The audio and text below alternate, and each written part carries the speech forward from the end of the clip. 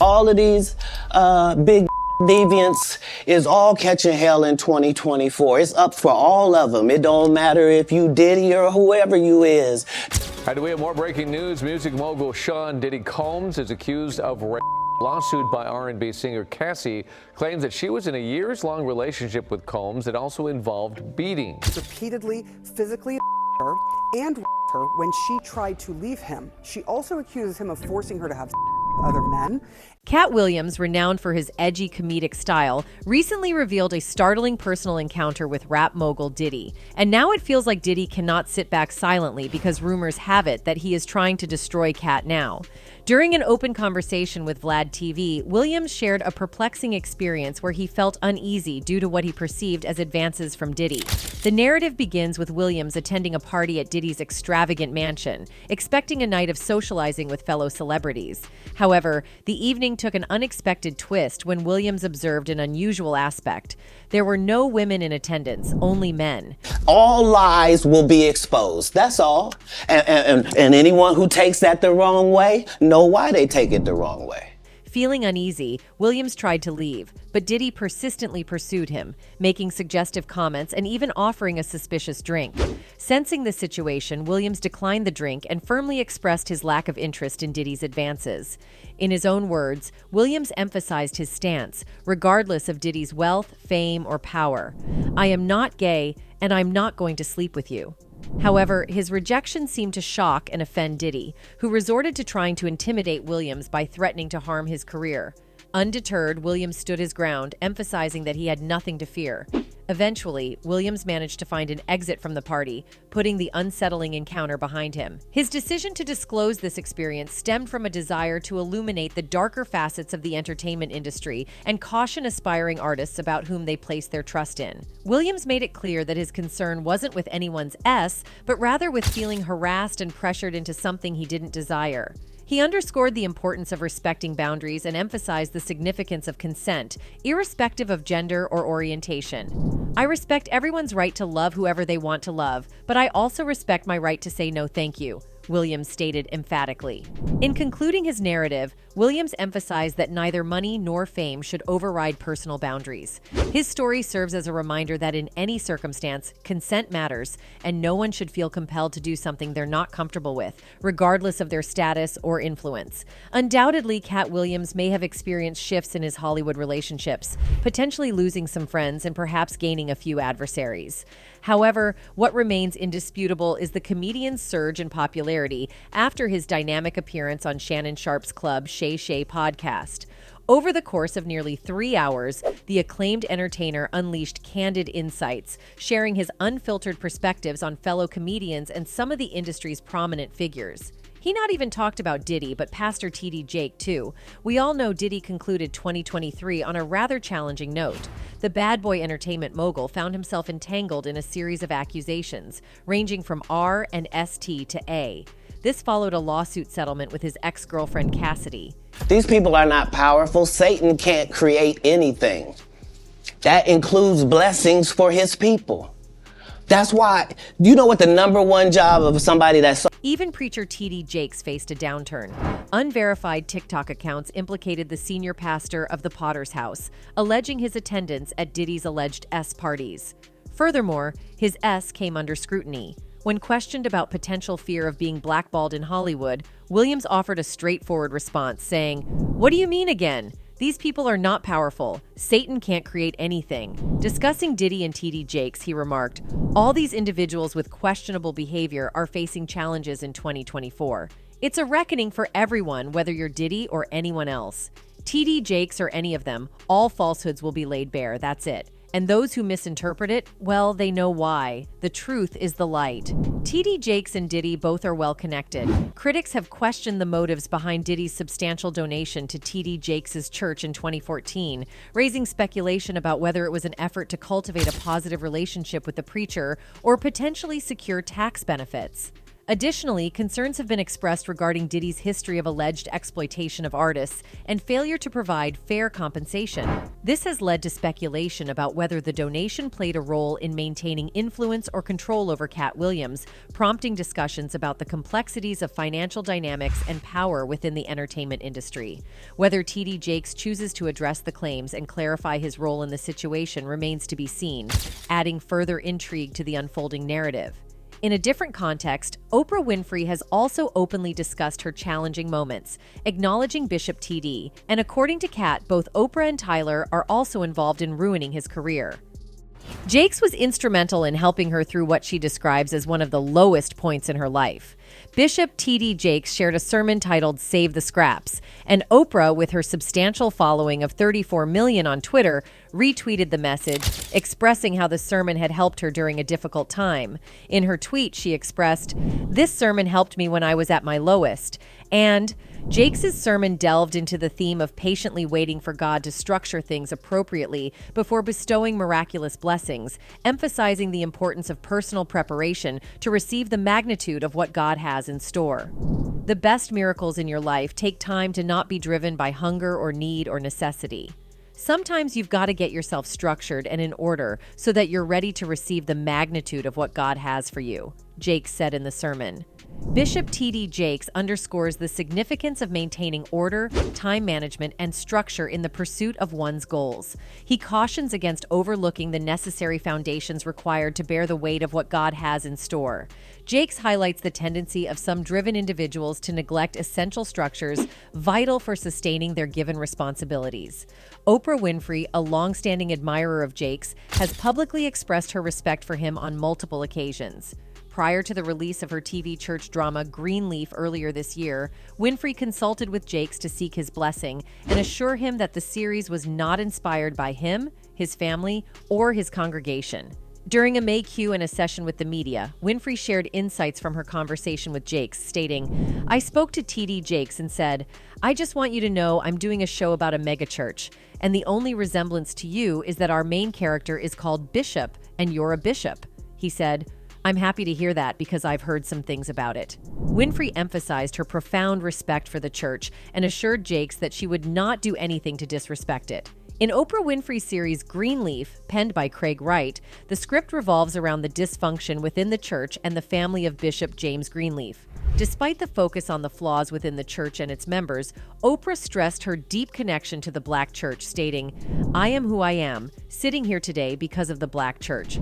During discussions with Bishop T.D. Jakes before the show's release, Oprah clarified that the series was not based on Jakes or his congregation. Instead, it aimed to explore the complexities and imperfections within the church. She conveyed this to Jakes, saying, "It has nothing to do with you." And he said, "All right, can you send me a ticket?" And if Oprah is so supportive to Jakes, people are suggesting that she and Diddy might have demeaned Katt. While Williams candidly expressed his views on fellow celebrities, Kanye West received a different treatment. The stand-up comic attributed humanity's treatment of West and his mental struggles to being judgmental. "I suspect that we're pretty awful people. If we say that somebody's got a mental illness and then we watch what they do," he explained. "You are the one that put him in a position where he thought he was God and could call himself Yeezus. And you're the one who told the guy that writes musical lyrics that he was a genius. You're the one that's like, so what do you expect?" Moreover, Katt Williams doesn't hold back his disdain for Diddy and his infamous parties. During his appearance on Shannon Sharpe's Club Shay Shay podcast, around the 1 hour, 43 minutes, and 0 seconds mark, Williams discussed Dave Chappelle's decision to walk away from $50 million, indicating that it wasn't even close to what he himself had turned down. Williams claimed to have rejected $50 million on 4 separate occasions in his career, just to protect my integrity and that virgin hole I was telling you about, right? 'Cause P. Diddy be wanting to party, and you gotta tell him no. This sudden shift to diss, Diddy coincides with the mogul facing legal issues, being sued by 4 women, including his ex-girlfriend Cassie, over allegations of SA, with a settlement reached in the latter case. "You gotta tell him no. I did. See, I got the receipts for everything I'm telling you. That's why I can say them so freely," Williams continued. In an earlier part of the interview, he took pride in having navigated Hollywood without compromising his integrity, stating, "Getting this far in Hollywood and still having a virgin a-hole and never a pee." Later in the chat, Katt Williams took another shot at Diddy. When I see people's wives and stuff, I don't even look at them. I don't want to look at nothing I don't want to have because I know how blessed I am, he stated. If I look at it, I got it. That's how Diddy be feeling. His remark elicited laughter from Shannon Sharp. Diddy has faced accusations of SA from at least 4 women, including one who was underage at the time of the alleged incident. The Bad Boy Records co-founder has denied these allegations, but additional voices, such as songwriter Tiffany Haddish, have come forward to support some of Cassie's claims, stating that Diddy terrified her in their brief encounters. During the Club Shay Shay podcast, Katt Williams openly addressed various topics, ranging from perceived grievances with Cedric the Entertainer and Steve Harvey to a disturbing encounter where disgraced movie producer Harvey Weinstein allegedly offered to perform oral S on him during a meeting. Williams also shared his thoughts on the artist formerly known as Kanye West, expressing his confusion about public expectations regarding West's actions. Katt Williams openly discussed Diddy's proclivity for partying, offering his unique perspective by stating, "P. Diddy be wanting to party, and you've got to tell him no. I did. I got the receipts." This candid statement stirred curiosity and speculation among fans and followers. The phrase "got the receipts" implies that Katt Williams possesses tangible evidence or a documented history supporting his claim, adding a layer of authenticity to his assertion. The revelation sparked further interest, especially in light of recent allegations against Diddy for SA by Cassie, which have garnered attention in the media. A few months ago, Diddy faced a substantial $30 million lawsuit where Cassie accused him of various egregious acts, including exerting control over her life and threatening to hinder her career. The lawsuit painted a disturbing picture of their relationship marked by abuse, contributing to the ongoing conversation about Diddy's behavior. By addressing Diddy's partying tendencies, Katt Williams essentially corroborated his own encounters with the music mogul, explicitly mentioning the need to refuse invitations with a simple no. As this quote circulated across social media and various platforms, fans actively engaged in discussions, sharing their interpretations and reactions. Katt Williams' unreserved honesty not only adds an intriguing dimension to the ongoing narrative, but also underscores the unfiltered nature of his commentary. In the dynamic world of celebrity news and social media, Katt Williams' statement stands out as a noteworthy moment. The humor, authenticity, and straightforwardness in his words throughout the entire interview have made a lasting impression on society. Furthermore, his contribution fuels the ongoing discourse surrounding Diddy's questionable lifestyle, sparking yet another wave of discussions on social platforms. In the extensive interview, Katt Williams didn't shy away from targeting fellow comedians, including Cedric the Entertainer, Steve Harvey, Kevin Hart, Michael Blackson, and Ricky Smiley. Williams went on to liken Cedric to a walrus and accused him of pilfering one of his jokes from the 90s. "This is not just a random joke. This is my very best joke, and it's my last joke, and it's my closing joke. 1998, I'm doing this joke. It's on Comic View." Cedric comes to the Comedy Store. He watches me in the audience. He comes backstage. He tells me what a great job I did and how much he loves the joke. 2 years later, he's doing that as his last joke on the original Kings of Comedy, and he's doing it verbatim. He just changed my car into a spaceship. Williams didn't hold back in pointing out what he perceived as an instance of joke theft and shared these sentiments openly during the interview.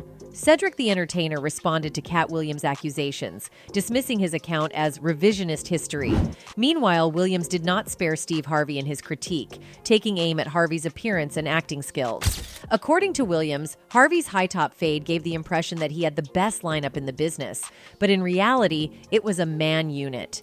He also questioned Harvey's explanation for not becoming a movie star, suggesting it wasn't a matter of choice but a lack of demand for a country bumpkin black actor with limited linguistic abilities. Additionally, Katt Williams criticized his Friday After Next co-star Ricky Smiley, disputing Smiley's claim that he was originally cast as Money Mike in the movie. Williams alleged that Smiley had already shot the role before the auditions took place, questioning the credibility of Smiley's statements. "This man told you he had Katt Williams' role, he was going to be Money Mike, and Katt Williams was going to be the Santa Claus," he said. "We auditioned in Los Angeles. I was audition known 201. 200 black comedians auditioned for the role of Money Mike with me. You're saying all 201 of us was auditioning and you had already had the role and had already shot the role in 4 days?" Now, what was Ricky Smiley's next movie? Was it First Sunday? Did he wear a dress in it? You bet he did. It's in my contract. Furthermore, Williams mentioned that he would only collaborate with Smiley again if the actor's character wore a dress, humorously tying it to the belief that Smiley and Tyler Perry are more believable playing female roles than male characters. The interview showcased Williams' candid and unfiltered perspective on his fellow comedians. He said, "That's where he's a believable actor. Him and Tyler Perry can't play a man to save their life. They play good women." Well, it seems that he has been humiliated by this industry many times. In a recent installment of the Club Shay Shay podcast, the actor-comedian adopted a critical stance towards fellow comics Cedric the Entertainer, Steve Harvey, and Ricky Smiley.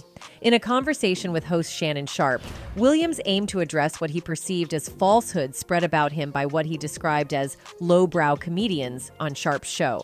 Throughout the discussion, Williams characterized Cedric, Harvey, and Smiley as a collective gang. Williams boldly asserted, "For 30 years, they're a group. These aren't three random guys. All of these dudes are co-entwined and they share secrets, and this is the age of truth." Specifically, Williams accused Cedric the Entertainer of appropriating a joke from his comedy set in the late 90s, a joke that Williams also performed on the BET program Comic View. Describing the situation in detail, Williams stated, "This is not just a random joke. This is my very best joke, and it's my last joke, and it's my closing joke. In 1998, I'm doing this joke. It's on Comic View." Cedric comes to the Comedy Store. He watches me in the audience. He comes backstage. He tells me what a great job I did and how much he loves the joke. 2 years later, he's doing that as his last joke on the original Kings of Comedy, and he's doing it verbatim. Moreover, you must have noticed that he has never stopped talking about the wrongdoings of the industry. You often hear that truly understanding the inner workings of an industry requires first-hand experience. Comedian Katt Williams recently provided some intriguing insights that shed light on this notion. Williams hinted at significant revelations concerning Tiffany Haddish's career. According to Williams, Haddish's rise to fame may not have unfolded as naturally as she has portrayed it to the public. Those are just facts, sir. How many is that total? 9. So you've done 9 Yeah. filmed comedy stand-up specials. Without ever getting financed or having a deal with. The seasoned comedian holds the perspective that Haddish might have expedited her ascent within the entertainment industry. If you've ever questioned the authenticity of Haddish's persona, this revelation is not one to overlook. While stories of celebrities leading double lives have surfaced repeatedly, Haddish's journey to the pinnacle appears to be a unique case. Katt Williams left no detail unexplored in his disclosure. Did you think she wrote Girls Trip Goofball? Right. Or do you think that was already a script and they handed it to her? It's up to you, whatever you want to believe. During a recent appearance on V103's Frank and Wanda in the Morning Show, Williams didn't hold back as he shared his thoughts on several fellow comedians, including Lil Rel Howery, Jared Carmichael, Kevin Hart, and Hannibal Buress. However, it was Tiffany Haddish, the breakout star of Girls Trip, who found herself at the center of most of the criticism. I'm the introduction to Tiffany Haddish. Katt Williams, who recently won an Emmy for his guest role on Atlanta, made an effort to cast doubt on Tiffany Haddish's achievements. He implied that Haddish may not be the author of her own comedic material and questioned whether she has truly established herself as a genuine comedian. He said, "She's been doing comedy since she was 16. You can't tell me your favorite Tiffany Haddish joke. Why? Because she ain't done a tour yet. She ain't done a special. She has not proven the ability to tell jokes back-to-back for an hour to nobody." Wanda Smith, the host of the show, then stepped in to defend Tiffany Haddish, asserting that Haddish's authenticity endeared her to audiences. In response, Katt Williams raised a provocative question, asking when being real had become a marketable trait. He went on to suggest that the industry's favor toward Haddish might be influenced by her publicly expressed admiration for Brad Pitt. Williams then took the opportunity to give recognition to several other black female comedians, such as Luanell, Melanie Camarco, and Miss Laura, highlighting their talent and contributions to the comedy scene. Why? Because ain't nobody gonna sleep with them. You only got Tiffany Haddish. She been doing comedy since she was 16. Katt Williams went a step further by suggesting that Tiffany Haddish's success in securing deals and roles in the industry might have been unusually smooth, implying that she may have made certain compromises to attain her status. He also expressed a view that the industry tends to overlook black talent and rarely allows black actors to explore their unique abilities in acting, pointing out a perceived disparity in opportunities compared to their white counterparts. You be a star, Lil Rel, but you ugly. And white people don't believe in ugly stars. They think you have to be somebody that women want to sleep with and men want to be. It appears that Katt Williams' comments about Tiffany Haddish and her admiration for Brad Pitt were not entirely unfounded. Indeed, Tiffany Haddish has publicly mentioned her crush on Brad Pitt in the past. During an appearance on Live with Kelly and Ryan's post-Oscars show, she discussed her interaction with the Hollywood star. Haddish recalled, "Oh, I just met him in the elevator. He said in 1 year, if he's single and I'm single, we gonna do it." So, you know what that means? Brad Pitt was standing right next to me, and then Elizabeth's husband was like, "Man, I hope we don't get caught in this elevator." And I was like, "It's gonna be some pretty babies in this elevator if we do." Tiffany had a conversation with Kelly shortly after her appearance at the Oscars, where she presented an award. During their chat, while playing a game of Marry, Date, Dash, the comedian disclosed that she wouldn't choose to marry Brad Pitt. The key point that Williams seemed to emphasize in his expose on Haddish was that her rise in the entertainment industry gained significant momentum after she embraced self-expression rather than objectification. But because we black, they say, "Oh, you don't even deserve that." So you get Kevin Hart, Lil Rel, Gerard Carmichael, all in a row, Hannibal Buress, just dudes that no woman would talk to. This theory indeed holds water, as years before Haddish rose to become one of the industry's prominent figures, she encountered significant challenges. Securing spots in comedy clubs was a struggle for her, and she faced difficulties in landing acting roles as well. She once told TMZ, "I lost everything. All my gigs are gone." In a different interview with Jamal Finkley on his YouTube channel, Blacktree, Katt delved deeper into the alleged dress-wearing scheme, a topic that may already be familiar to you. Katt provided insights into the controversial issue of Kevin Hart donning a dress for his SNL skit, emphasizing that Kevin wasn't the sole participant in this situation. According to Katt, Eddie Murphy and Jamie Foxx were also right there with him, engaging in what some perceive as a contentious practice within the entertainment industry. Let's be very, very clear. It is possible that there isn't anything funnier than a guy in a dress. Katt pointed out the irony in the audience finding amusement in a black man wearing a dress, suggesting that the reaction might not have been the same if the individuals involved were of a different racial background. And if that's the case, then it might also be said that there's nothing funnier than a black guy in a dress. Despite Kevin Hart's established stardom, Katt cryptically hinted that Kevin likely had his reasons for taking on such roles, expressing respect for Kevin's choices in this context. At the end of the day, Kevin doesn't have to worry about what people are going to say about him wearing a dress because of the long line of dress-wearing people before him. Williams subtly indicated that he had observed numerous artists facing similar challenges repeatedly throughout their careers. Based on Williams' observations, one might suspect a discreet effort to undermine the public image of black icons by certain individuals or entities. Yeah. I've never seen Madea in a pantsuit. I think she wears dresses. So now I'm saying, why are we picking on poor little Kevin Hart? Because it was his turn next. Adding to his previous revelations, Williams brought attention to a secret society named the Illuminati, claiming it faces significant opposition from within the black community. The implication is that the Guardian, by indirectly corroborating his claims and revealing the society's name and some prominent members, has given credibility to his assertions about this secretive organization. He mentioned, "It is the most elite club in the world. This is the Good Club, the name given to the tiny global elite of billionaire philanthropists." The names of some of the members are familiar figures: Bill Gates, George Soros, Warren Buffett, Oprah Winfrey, David Rockefeller, and Ted Turner.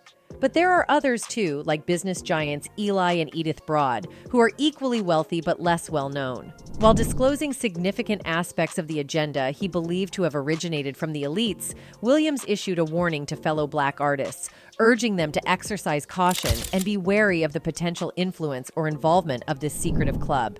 It's not necessary for us to stir up that hornet's nest unless we intend to get stung a million times. People also believe that Katt is doing right. One of them wrote Katt has been airing Hollywood's dirty laundry for years, but everyone loved to label him as crazy and on drugs. That man is one of the most generous people with upcoming talent. Some people will keep their integrity, no matter the struggles they go through. Another one added, "Knew about all the child predators and casting couches, never knew much about what happens on the male actor's end. This is freaking terrifying and disgusting. The entertainment industry is chocked full of weirdos from wall to wall, and they are supposed to be the moral arbiters of us common folk." One more person added, "There are plenty of men in Hollywood who have talked about it, but nobody cares and they get portrayed as being crazy when they talk about it." So now Katt's supporters are speculating that the revelations made by Katt from the start are somehow connected to Diddy, and that's why Diddy is currently attempting to discredit Katt. That's it for today. See you in the next video. Until then, goodbye.